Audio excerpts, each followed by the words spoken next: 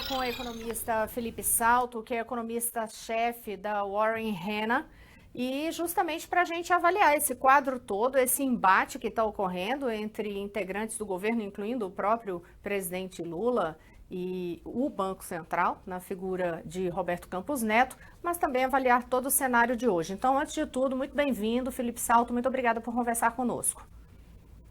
Eu que agradeço, é um prazer estar aqui com você. Vamos começar falando sobre a ata do Copom. O Comitê de Política Monetária, o Copom, né, do Banco Central, divulgou hoje a ata, que é referente à decisão da semana passada de manter os juros em 13,75%. Eu destaquei aqui alguns trechos, foi uma ata bem mais longa, né, Salto, assim, até mais do que o que é normalmente apresentado, mas em linhas gerais ali, o Copom diz que vai estar vigilante para buscar as metas de inflação e diz que ressalva que um pacote de medidas para sanear as contas públicas anunciado pelo ministro da Fazenda, Fernando Haddad, pode ajudar a reduzir essas pressões, porque né, o Copom já tinha dito também que houve uma piora nas expectativas de inflação, e aí que vai se manter vigilante para tentar manter essa inflação equilibrada. Em relação à ata, o que é que o senhor destaca e se o senhor concorda com esse cenário que é apresentado? Olha, o ponto principal a destacar é que o Banco Central tem sinalizado para a importância da responsabilidade fiscal. É preciso dizer que o ministro Fernando Haddad conseguiu formular um pacote inicial de medidas na área fiscal, sobretudo concentradas na área da arrecadação, e esse pacote terá um efeito importante. Mas o Banco Central é dever dele acompanhar todos os riscos que possam eventualmente produzir efeitos sobre a decisão de baixar, manter ou aumentar a taxa de juros. Evidentemente que quando a gente olha para a economia e para os fatores estruturais, a inflação mostra já uma dinâmica que permitiria, do ponto de vista do Conselho de Política Monetária, iniciar a redução dos juros. Isso não acontece porque há uma série de ruídos sendo gerados na política, declarações contra a independência do Banco Central e coisas do tipo, que acabam prejudicando a própria tarefa do Banco Central de manejar a taxa de juros. Então, eu diria para você que o grande desafio que se coloca ainda é o mesmo, que é o de promover um ajuste fiscal que seja digno desse nome e, obviamente, ao mesmo tempo, coordenar a ala política, os próprios ministérios que dão declarações, o presidente da República, no sentido de ter um direcionamento que respeite o Banco Central, ao mesmo tempo em que promova essas ações que poderiam ajudar a desanuviar um pouco o cenário. Então, a conclusão no final das contas, quando vem discursos como o de ontem, por exemplo, né, o da segunda-feira, do presidente Lula, criticando os juros e falando sobre a autonomia do Banco Central, questionando essa autonomia, em vez de gerar o efeito, que é o que ele diz, é preciso pressionar para que caiam os juros, o efeito é justamente o contrário, isso continua tensionando e os juros, se continuar nesse embate, a tendência é que continuem altos. O ministro Fernando Haddad tem razão de querer um reconhecimento maior em relação a essas medidas que ele já tomou em janeiro, né? O chamado pacote fiscal, que tem a ver com o aumento de arrecadação principalmente, né? Ou recomposição de receitas. Mas quando o presidente Lula, como você colocou, vem a público dizer que os juros estão muito altos, que o Banco Central independente não gerou nenhum ganho, etc., isso acaba turvando as expectativas, turvando as ações dos agentes do mercado financeiro, o resto do mundo olha também com desconfiança para nós. E acaba afetando também o dólar, a taxa de câmbio, o que prejudica a inflação. Então, evidentemente que o presidente da República tem direito de opinar e de falar sobre os juros, sobre a economia. Mas é preciso ter muita cautela, porque o peso da palavra dele é muito grande. E acaba gerando aquele fenômeno do tiro que sai pela culatra. Justamente o juro mais baixo, que todos nós queremos, não encontra lugar num ambiente marcado por esse tipo de consideração, de fala, né, de constatação, de sinalização.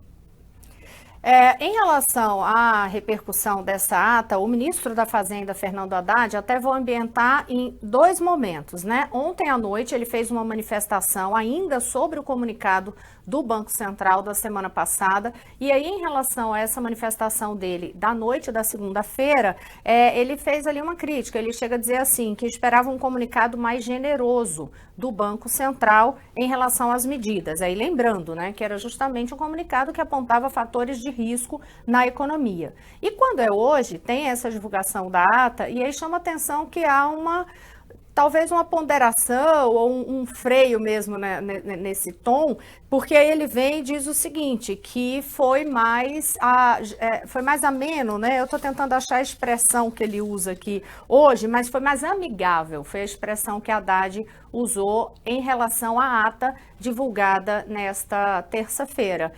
O que é que o senhor acha que essa declaração de Haddad, de fato, vai impactar na relação que existe hoje do governo com esse comando, governo e forças do governo, não somente a instituição, o Palácio do Planalto ou o presidente Lula, mas forças do governo com o Banco Central? Olha, você sabe, Rosiane, deixa eu lhe dizer, eu acho que o ministro Haddad está fazendo um bom trabalho até aqui, assim como o presidente do Banco Central. Então, o problema não está no Banco Central e no Ministério da Fazenda. O problema está justamente no presidente Lula querer ter uma ingerência num tema que, pela legislação aprovada pelo Congresso Nacional, ele não tem como ter, né? Quer dizer, como ele vai determinar que o Banco Central reduza juros? Não existe isso. Isso produziria um verdadeiro caos do ponto de vista da gestão da política econômica, das expectativas do mercado, etc. Então, é preciso deixar o Banco Central fazer o trabalho dele e que o Banco Central também se coordene de uma maneira como tem feito nos últimos meses com o Ministério da Fazenda. Eu acho que a declaração do ministro Haddad foi no sentido de querer ver, por parte da autoridade monetária, do Banco Central, um certo reconhecimento das ações que ele já anunciou. Muito bem, acho correto. E a ata, em relação ao comunicado, veio nessa direção. Agora, vale dizer que o problema fiscal continua aí. E o Banco Central tem razão nessa apreensão quanto ao que vai acontecer nos próximos meses e no próximo ano, em relação à dívida pública, ao déficit público, à dinâmica das despesas, à qualidade do gasto, enfim, as pressões que advêm das contas públicas sobre a inflação. E aí agora eu já passo para um outro momento, que também é o posicionamento do próprio presidente do Banco Central, Campos Neto. Ele participou de um evento nos Estados Unidos, defendeu a autoridade monetária, essa autonomia, né, do Banco Central, obviamente. E aí ele falou dessa autonomia, até separando também aqui, ele diz o seguinte: a principal razão da autonomia do BC é desconectar o ciclo da política monetária do ciclo político, porque eles têm clientes e interesses distintos. Quanto mais independente você é, mais eficaz você é, menos o país pagará em termos de custo e ineficiência da política monetária. O presidente do BC tem razão nessa declaração? Tem toda a razão. Eu acho que o Roberto Campos Neto merece um prêmio pela resistência que ele tem tido. É o primeiro presidente sob a legislação de independência. Claro que isso gera fricções, gera uma série de questões, de questionamentos, né, políticos, etc. Mas ele vem resistindo. Eu acho que ele tem uma força importante que vem do campo técnico, do qual ele vem, né, do qual ele provém, e mais do que isso, das decisões que tem tomado e que são acertadas. Essa declaração vai no sentido de que o regime de metas para a inflação, que o Brasil decidiu adotar desde 1999, só funciona com o Banco Central autônomo. Tanto é assim que, desde 1999, a autoridade monetária, o Banco Central, funciona de maneira independente. A formalização disso veio com a legislação, mas, do ponto de vista operacional, a lógica do Conselho de Política Monetária, as decisões colegiadas, a publicação das atas, dos comunicados, o funcionamento da política monetária tem sido assim. No próprio governo Lula, com o ex-presidente do Banco Central, Henrique Meirelles, também foi assim. Então, é importante que ele faça esse posicionamento, essa declaração. Eu acho que a gente tem que compreender também que a política vive um pouco desse teatro, no bom sentido, né? E os políticos fazem um pouco essas encenações, jogam para a torcida, como o presidente Lula fez aí na entrevista recente e depois também na posse do presidente Aloysio Mercadante no BNDES, mas eu acho que a gente tem que colocar um pouco as barbas de molho e ter cautela. Nesse momento, as coisas estão ainda se movimentando. Se o presidente do Banco Central e o ministro Haddad estiverem numa mesma sintonia, como eu acho que estão, e após essas últimas declarações do Haddad e do próprio Campos Neto, isso fica bastante claro, acho que o Brasil consegue entrar por um bom rumo da política econômica a despeito dessas fricções políticas. Deixa eu só ver se eu entendi direito, mas você acha que tem esse entendimento entre Haddad e Lula? Porque uma das críticas é isso, é de que um vai tentando no tom da ponderação e de que o outro continua usando até essa expressão que o senhor utilizou, usando desse teatro da política, por exemplo. Eu acho que o presidente está fazendo o papel dele, que é dar essas sinalizações, etc. Exagera em algumas declarações, como as de ontem, né? E aquela também específica sobre o Roberto Campos Neto, na semana passada, salvo engano. Mas o Haddad e o Campos Neto estão alinhados, né? É só ver essas declarações que o ministro Haddad deu agora, que você mesma citou. O que a gente precisa aguardar para ver, tem pouco tempo de governo, né? Um pouco mais de um mês. É como o presidente Lula vai direcionando e dando as cartas, e como também o Haddad e o Campos Neto, a área econômica, a própria ministra Simone Tebet também, vão reagindo a essas diretrizes, sinalizações e colocações. Claro que pode ter um cenário pessimista, em que a gente acabe indo por um caminho de maior intervenção e tal, mas eu não acho que esse é o caminho mais provável hoje. O Banco Central continua funcionando, o ministro Fernando Haddad vem elaborando as suas ideias e propostas. Já houve ontem também a comunicação de que o governo pretende aprovar o novo arcabouço fiscal ainda no primeiro semestre, o que é bastante positivo. Então, Rosiana, vamos aguardar aí as cenas dos próximos capítulos, né? Agora, enquanto isso, a gente não pode deixar de olhar também a movimentação política em torno desse tema, porque a ala mais à esquerda do governo, e aí vou trazer aqui duas menções. Uma, por exemplo, o deputado federal Guilherme Boulos fez uma postagem no Twitter que vai na mesma linha do que ele, que é do PSOL, vai na mesma linha do que postou, por exemplo, a presidente do PT, Gleisi Hoffmann. Vou trazer aqui essa postagem, põe pra gente, ó. Impressionante como querem censurar Lula de falar sobre juros e Banco Central. Ele nunca teve como prioridade mexer com BC, mas não pode se calar diante de um juro criminoso que não encontra justificativa na realidade econômica brasileira. Essa parece a última trincheira do bolsonarismo no poder. Aí logo depois ela faz essa outra postagem. A nota divulgada pelo Banco Central está muito mais crítica ao governo do que acontecia no passado, quando o Banco Central não deu um pio sobre as façanhas orçamentárias de Bolsonaro para se reeleger. Aliás, o mercado também aqueceu. Então vamos lá, ajuda a gente, Felipe Salto, a ver o que é que tem aí em cada uma dessas postagens, porque um dos pontos, trincheira do bolsonarismo, pode se tratar o BC dessa forma hoje? Eu acho que isso é um equívoco completo. O Banco Central é independente, o Roberto Campos Neto é uma figura, inclusive, extremamente gentil, educada, que dialoga com o mercado, com o próprio governo, os ministros. Era assim no governo anterior e é agora, né? Então, eu acho que é um pouco esse exagero, né, de trazer essa coisa ideológica excessiva para o discurso. Não tem necessidade. O Banco Central, ele opera de acordo com as expectativas de inflação, de acordo com a taxa de câmbio, de acordo com todos os sinais que ele vai coletando. E no que eu acho que a ministra Gleisi Hoffmann tem razão, é que, de fato, o governo anterior desmontou o teto de gastos, aprovou uma série de emendas à Constituição que prejudicou a regra, modificou o teto e não colocou nada no lugar. Vale lembrar da PEC dos precatórios, por exemplo, o calote nessas despesas que são tão importantes porque derivam de decisão judicial. E outras mudanças que a gente poderia mencionar. Então, de fato, existe uma bagunça fiscal que foi deixada e que foi ocultada, em parte, pela ajuda camarada que a inflação deu nas receitas. Por isso que nós terminamos no ano passado com algum superávit. Mas a projeção do próprio governo anterior, que elaborou a proposta de orçamento para 2023, é um déficit cavalar para 2023. ele vai ser amenizado, porque já foram anunciadas algumas medidas, mas a dívida vai crescer neste ano. Isso é uma herança do governo anterior. E que aí nesse ano se fura teto já com autorização, inclusive, do Congresso novamente, né? Porque veio a PEC justamente do extrateto, PEC da transição, para garantir os gastos a mais, por exemplo, para o pagamento do Bolsa Família. Então, só vai crescendo, o tamanho desse gasto só vai aumentando e, por enquanto, sem nenhuma previsão de freio, enquanto não houver todo esse ajuste fiscal e toda essa sequência, por exemplo, das reformas, né, Salto?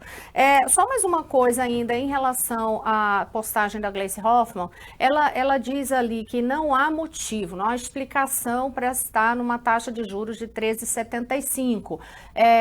Eu queria saber se há ou não, do seu ponto de vista, mas aproveito para fazer também uma lembrança que essa super alta da taxa de juros se deu durante a gestão Bolsonaro em todo o processo inflacionário, né? Quando sai a taxa de juros de 2%, vai parar em 13,75%. Então, porque senão fica parecendo que é assim, assumiu o novo governo, chegou janeiro e fevereiro, os juros dispararam. E não foi isso que aconteceu. Pois é, a dinâmica da taxa de juros, ela caminha, né, de acordo com uma série de fatores. Não é uma decisão como a decisão, por exemplo, de colocar um gasto no orçamento. Vamos gastar 10 bilhões com o Bolsa Família.